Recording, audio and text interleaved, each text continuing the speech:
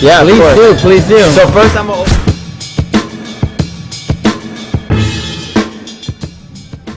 Yo, what's up everybody? My name is B-Boy Moy and I got my special guest Jose Gonzalez from Monster Energy, and we are the notorious IBE Break Free Edition. You know, we got a courtyard this year, so shout out to Tyrone and the entire IBE staff for hooking us up. And today we wanted to get into a discussion about business and hip hop, and you know what it takes to keep moving forward and keep growing that and making changes in our community that are going to bring more opportunity to the breaking community, hip hop community, and everybody involved. And you know, me personally, I've been breaking for 24 years and I've been involved in so many different projects my entire life.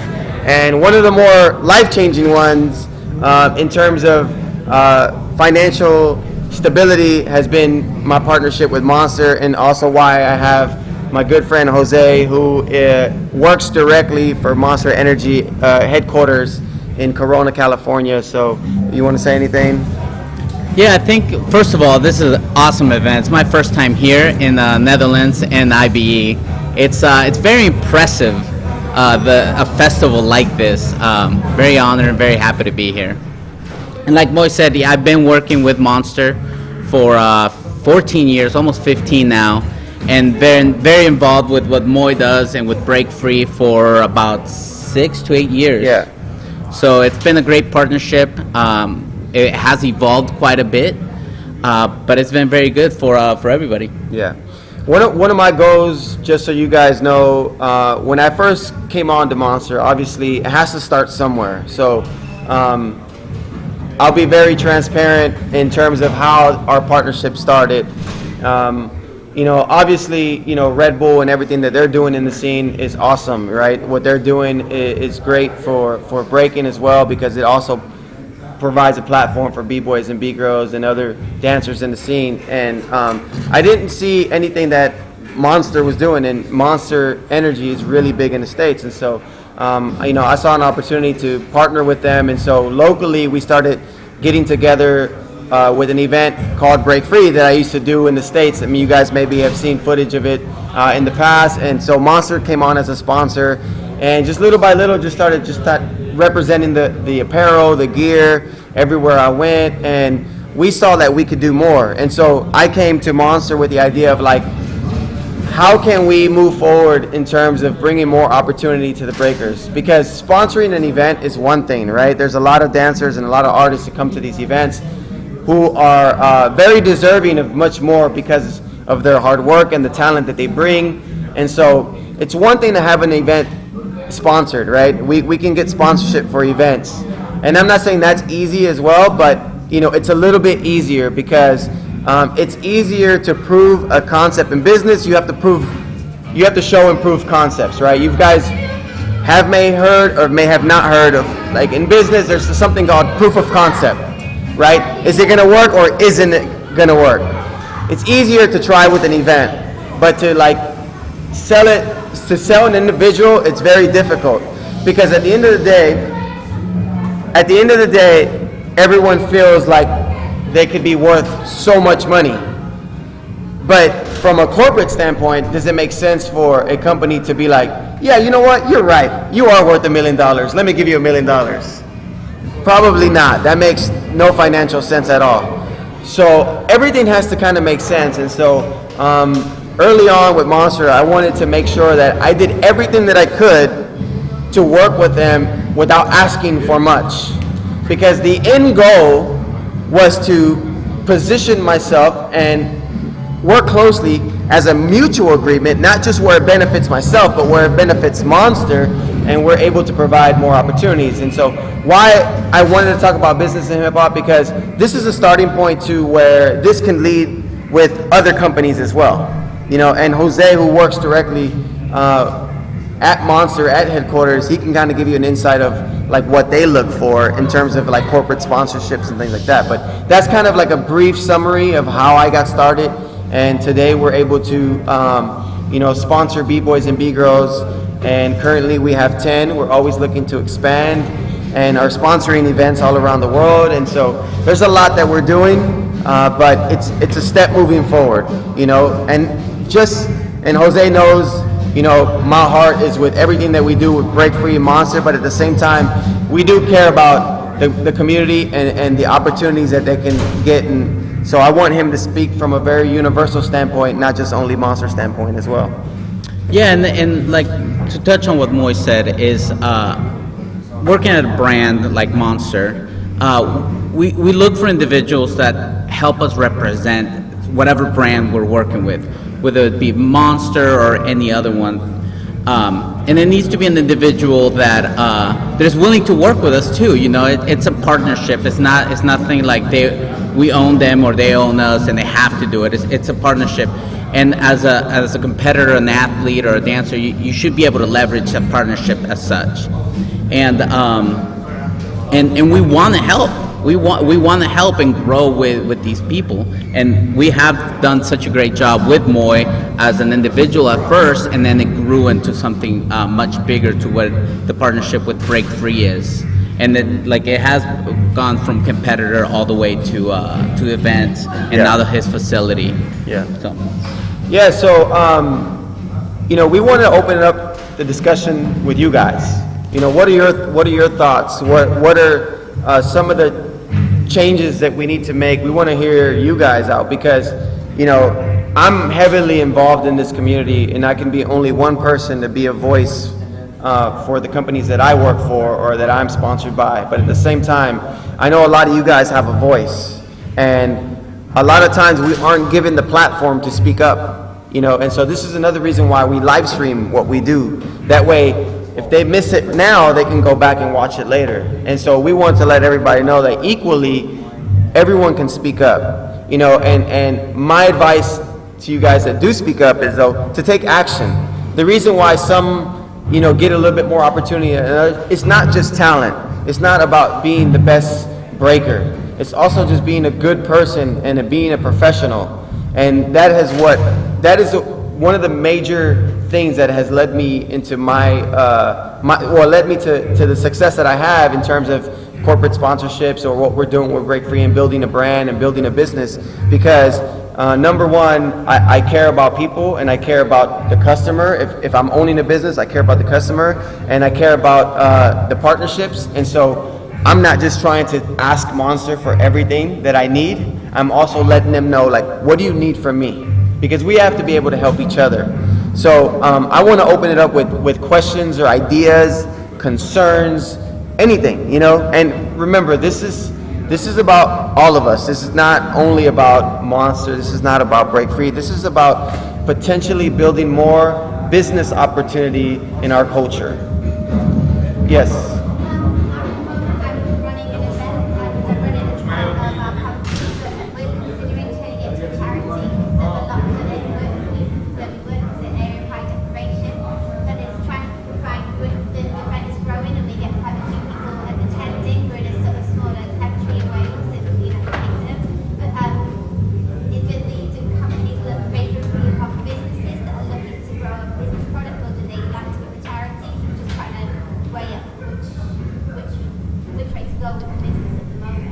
So your question is whether a brand cares if it's a for-profit or if it's a charity.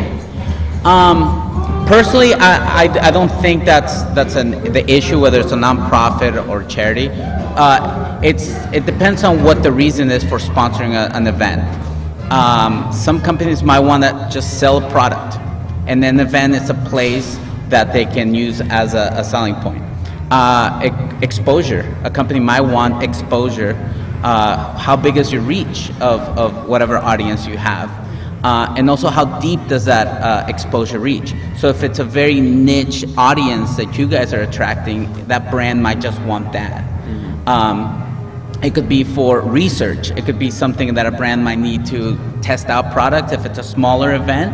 But if it's an event where it's very core, smaller, kind of more focused audience, then it could be something like that. So I guess it would be more of what can your event provide for certain brands. So if one brand might like the fact that it's very niche. Another brand might like the fact that it could be a point where they could sell something or whatever it is. It goes by brand. But I would I know you probably have some kind of pitch or a presentation for each one. You should tailor fit these presentations for the brand versus having just one generic one that you send to everybody. Thank you. Yeah. Hi, may I ask what kind of criteria company like Monster would be considered to support an individual? Yeah. I'm sorry, what was the question? Sorry. I mean, what are the key criteria company like Monster would be considered in order to Sponsor a b-boy? Yeah. It's almost similar to an event. So just not just Monster, but other companies. It's a wide range of things that might attract them. What's the reason of a brand wanting to work with an individual? It's for exposure. We want to get our brand out there to whatever you do, whether it's breaking, graffiti, emceeing, whatever aspect of hip hop it is.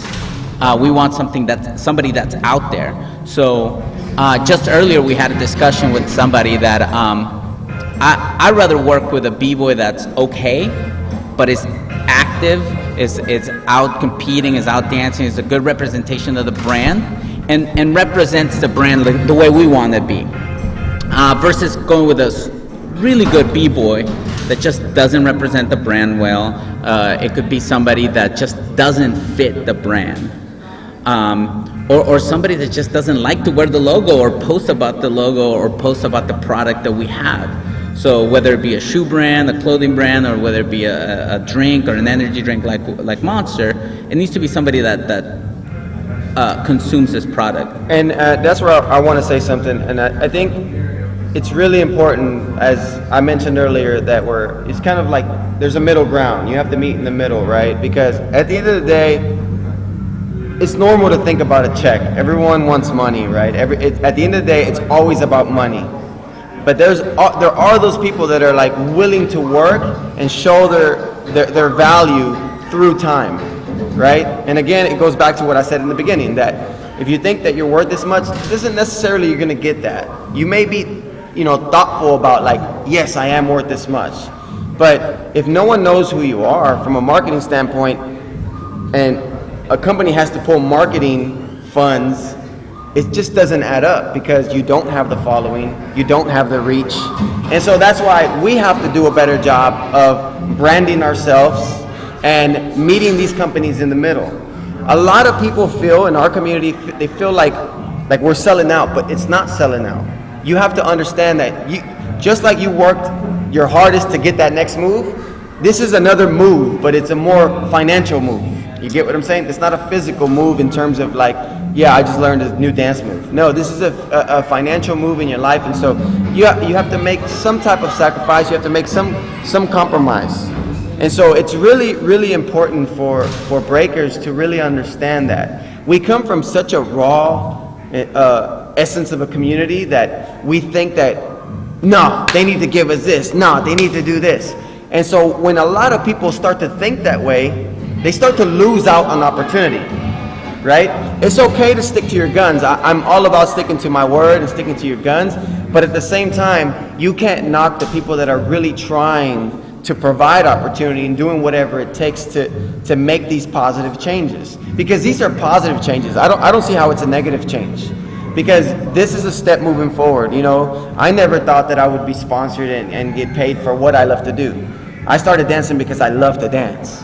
And if take it all away, I would still dance. Like, it's just something I love to do. But on the flip side, if it could become a business and you can make something great out of it and you can impact other people, why not? That's where I see the growth at, And from this end of it, I'm not a breaker, but we want to work with somebody and we want to be part of what you guys do. So we don't want to change what you guys are doing or whatever your brand or your own image is. We want to associate with that. So you guys got to work with this brand. It's just kind of on like Moy said, meet in the middle of how does our brand fit with you guys. If it's a brand that you guys don't consume or you guys don't care about, it really wouldn't be a good partnership. Yeah, there's been a lot of times where even myself, aside from Monster, I'm thinking about like, what is the next move? What opportunities can we provide to someone? And so I will start like an early discussion with a breaker or an artist, and we would just talk about certain things about like, hey, would you like to partner with us in the future? Is this something that you might be interested in? And at first, it's like all about them, you know? And I'm like, that's not a partnership. If it's all about you, then it's just like, I'm gonna pay for everything that you do, but it's a partnership is a mutual agreement. And this is where we can both benefit from it. And so a lot of the times, I'll be honest, if I do start an early discussion, even if it's with Break Free or anything, it's like, I almost just dead it. Like, I don't even want to continue, because it's still early, it's just a thought, it's just a potential concept, and you're already going for everything that you want. But you're not willing to give me, you're not even willing to give me a conversation right now. You know what I mean? And deals have fallen apart with myself and other breakers, where just first thing we just want to start a conversation like, hey, what would you want to get out of this partnership? This is what we need out of this partnership. And somebody just goes straight into, well, I need this much money and now. And it makes me realize, hey, this is not somebody that wants to work with me. Because me personally, I don't, it's not about the money. It's like, hey, what can we do together to kind of grow my brand and grow your brand as well? So if somebody's not really willing to work, then it's not gonna go anywhere. It's not gonna be able to be a fruitful partnership. Yeah, it's really important, guys, and I want to keep reiterating that, because, you know, these opportunities are great. They really are. And I'm not just saying that because I'm sponsored. I'm saying that because I'm a father. I'm getting older, and I'm telling you, I come from a community where early on I was traveling and touring with OGs. I was 15, 16 years old, traveling internationally with some of the OGs and pioneers of this game. And, you know, not to mention any names, but a lot of these guys, the only thing that they ever had or to share was a story. And so I started to think to myself, as I get older in the dance, yeah, I still want to be able to dance, number one, but I have my own kids. If something were to happen to me and I'm not financially stable because I was relying on breakdancing, you know, I mess up the lives of my kids. You get what I'm saying? And so this is a really something that is very, very important, something to think about, you know, because I'm gonna tell you right now, if something were to happen to me today, tomorrow, or the next day, my kids have a house, they have a business, they have things to move forward with. You know, I have insurance, I have health insurance, I have life insurance. I really make it an effort to be professional in all things and to be an example for the breaking community, because right now the breaking community is just like, I want to win this event, I want to win this event, and that's great. Those are great achievements in the breaking world. But not sustainable. But they're not sustainable. They're not sustainable at all. So it's like, if you can create something that creates sustainability in your life, and then you can have those achievements, then it's the cherry on the ice cream, or it's the cherry on the cake. Those are cool things. You can enjoy those things, right? But if you take that away, what do you have? If you get hurt tomorrow and you can't dance forever, what is next? So early on in this culture, people have to start thinking a little bit more business minded, you know? And maybe it has nothing to do with your breaking. Maybe it's that you do something else. That's totally fine too. But for me personally, I've been involved with this community and this culture for such a long time that I'm gonna leverage what I know to create more. And this is something that I've been doing. Currently with Break Free, we're expanding. We have 2 schools in Houston. I don't know if you guys know anything about Break Free, but Break Free Hip Hop School has 2 schools in Houston, Texas, currently on their way to opening our 3rd. My newest location that has been open for about 4 months now has 100 students registered. My original location has 200 students, all breaking, DJing, graffiti art, MCing. And now we're going on our 3rd location. We also have another location in Kansas City, which is another part of the United States, and we're looking to expand throughout the United States. And so, you know, this is a business model that we created that really benefits the hip hop community, but it also benefits all the lives that are a part of Break Free. my biggest responsibility every day when I wake up is not only my family, but it's the partnerships that I have and the relationships that I have with the people that work for Break Free and how we can all eat together. You get what I'm saying? And I get chills talking about that because that's motivating. I'm not thinking about how can I win the next battle, you know? Those are amazing things for us, and they mean a lot for Monster and they mean a lot for Break Free, but at the same time, what's more meaningful are the opportunities and the platforms that we're creating for the families of the future. You get what I'm saying? And so there are plenty of people that work for Break Free. There's about 16 to 20 people that work for Break Free right now, whether they're part-time or full-time positions. And we're currently contracting maybe like another 15 to 20, whether it's to do like mobile programming, performances, and traveling around the nation, around the world, to just do contract work for us. And so we look to expand even much more on that, on those areas. But there is a lot that we're doing. A lot of times people look at us for surface value. They look at me and they think that I'm just a b-boy, and then this is what I do, you know. But there's so much more, you know. Jose and I are on emails and phone calls every single day, talking about what can we do to provide more for the breaking community. You know, he doesn't have to be here right now, but he chose to come and participate and be involved because, you know, there's not a lot of people talking about it. And so it's like, if we can get someone directly from that source and to be able to talk about it, it's already a lot of value to you guys, because he's telling you what you need to do. And so am I, because, you know, I was here from the very beginning with them. So does anybody else have any questions or anything? Something that, I mean, if you have anything. Well, one other thing I want to add is professionalism. There needs to be a level of professionalism when we interact with an athlete or breaker or whoever. Just because we just need somebody that can write an email, that's able to have a conversation, because we're putting this person as the front, as a spokesperson for whatever brand it is, if it's Monster or whoever. And if this athlete or competitor can't speak or can't write an email, it's not a good look for us. Also, being able to communicate certain things, contracts, it's hard with somebody that just can't do it. So doing that kind of elevates you to a different level. If you are just able to do that, it sets you apart from everybody else. Yeah, I personally worked with a lot of b-boys and b-girls, and it's tough getting emails from them. You know, like, I mean, and I don't mean this in a very bad way, but like, we really have to learn how to communicate. You really have to learn where a period needs to go or a comma needs to go, you know. I mean, these things mean so much, you know. And so even you guys know Jeremy from Havoc Oral, who also is a big wig at Break Free. He does a lot for us at Break Free. Jeremy, I've known him since he was a kid, and he's like a brother to me. He's like a little brother to me. But when it comes to business, Jeremy doesn't send me a text about what we need to do for Break Free. It has to go through email, because it's the only proper way to handle business and to document it. So we don't talk through text if it's about business. We talk through text about like, hey, you're gonna go to the movies later or something like that. That's when we talk through text, you know. But when it's about business, it has to be very transparent.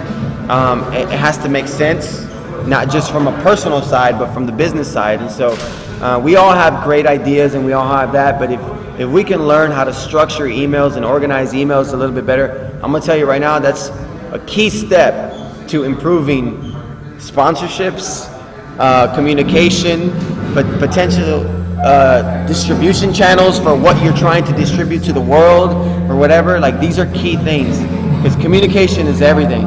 If you talk to me like, yo, what's up, dog, blah, blah, blah, no one's gonna wanna talk to you. You know, so there has to be a level of professionalism where, again, I understand we come from certain places, but you have to compromise a little bit, because not everybody is where you're from, and they're not going to understand you all the way. So we just have to be thoughtful about that. And it's one of the reasons why we also wanted to talk about this too, because it's key. These are key elements, you know? So, anything else, guys? No? Good? Yeah. Talking about formulating emails and stuff, but where boys and girls who learn that, do they have a role model that can teach them, or do they have to look up sites? Well, I think that's a really good question, you know, because a lot of these things aren't really offered. It's something that you kind of work and learn through experience. But the great thing about the internet is I can Google a professional email and I can see how it looks. I mean, I know it sounds funny, but it's true. I can YouTube it, and I bet you there's a YouTube clip that says how to write a professional email, how to type a professional email, and I bet you it will come up. You know? In the U.S., we have community college where somebody, you can take classes on that, just simple English. But if an email sounds like you're just talking to somebody, like it's very conversational, it's probably not a good email. Yeah. So, you know, there's an email structure or letter structure that it's just very simple that you can Google and then you can find really easily. But it's a lot of the things that you learn in school. Like it is important how you communicate with somebody at a business level. Yeah, so like, just you know, remembering those things, it is important. It is as simple as like being in school, like you said, like the Dear Emily, what are you doing today? You know, but a lot of times people just go on like it's a conversation. So there's no attention to who. And that's really, really, really important. And there's not a sign off. Like the attention to who and the sign off are key in an email, because it shows that you're giving a little bit more effort, you know, and that really means a lot. And another thing is mentors. You know, there's people that you know that work in the corporate world. There's people that work in the educational systems that, like, all it takes is a simple question: how can I better myself in these areas? Do you have some examples that you can send me? Is it, you know, that all it really takes is just asking a few questions and trying it. And if it's an important email, you can send it to somebody who's just like, hey, does this read okay? And I have gotten those emails where people send me, is this okay? I might edit it and send it back. That's always a reason. I actually do that today for a lot of B-boys and B-girls, believe it or not. They'll send me an email and be like, hey, can you proofread this before I send it somewhere else? And I'll be like, yeah, sure. You know, so people want to help, man. People want to help. There's companies out there that want to support and they want to get involved. I think the biggest factor is us as a community, again, coming from a very raw and underground community, is understanding the middle ground. What do we need to do to make this beneficial for both of us, not just beneficial for us? Because, again, we all feel like we're worth every dollar in the world, right? But if we can't prove it, if we can't talk it, if we can't email it, that's going to be a big no. You know, so these are the things that can potentially have us scale backwards. We're in a phase right now where there's all this Olympic talk and breaking, going to the Olympics and stuff. You know, that's only going to professionalize what we do even more, and that also means more money. And there's going to be an influx of capital. There's going to be an influx of money. There's going to be much more money involved in the community to support breaking, even if it's only marketing for the Olympics. Hey, it's a step. It's a step. It really puts that art form on a level where it can reach 100 million viewers instead of reaching 20 or 30 on Instagram. You get what I'm saying? It's a much larger reach, and we got to just really be careful about how we handle things and just care a little bit more. We just got to care a little bit more. Yep. How do you, a community that doesn't really have like a lot of talk or a lot of dance in general and stuff like that, how do you find like people with the same mindset, the same vision? Like, how do you build that? I mean, you know, that's a really good question, because there are a lot of communities where, you know, dancers and artists are struggling to get involved because the scenes are a lot smaller. You know, and in some scenes, it's like what I like to call, they're very cliquish.